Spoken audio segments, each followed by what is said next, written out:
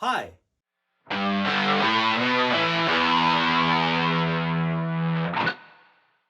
Sonic Frontiers released a few months ago, and it's been met with mixed reception. Now, since this isn't going to be a traditional review, I'd like to talk more specifically about what makes the game special to me and why Sonic Frontiers is my favorite entry in the series so far. My first exposure to the character was actually the old 90s cartoon, which for some reason I could never seem to remember when was airing.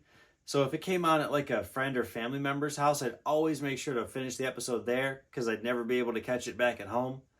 But I'd then go on to pick up some of the games casually over the years, and at the time, I hadn't seen anything like Sonic Adventure, so I definitely played that game a bunch.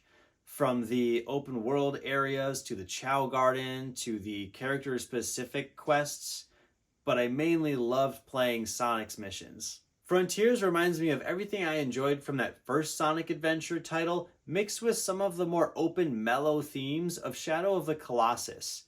In Frontiers, Sonic has to take down many colossal-sized enemies, and the game doesn't really hold players' hands. It instead asks us to be a little more creative in how we overcome the challenges presented in these open, sprawling landscapes. The music throughout the experience pairs perfectly with the open zone environments and amps up quite a bit during the Titan battle sequences and even the final boss. It definitely channels some classic action anime vibes. My biggest issue with Sonic Adventure was having to play as Big the Cat, and I'm happy to say that I absolutely loved this guy in Sonic Frontiers.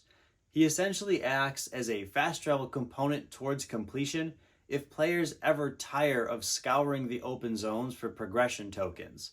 Just stop by Big the Cat's fishing hole to bypass any potential monotony in the main story.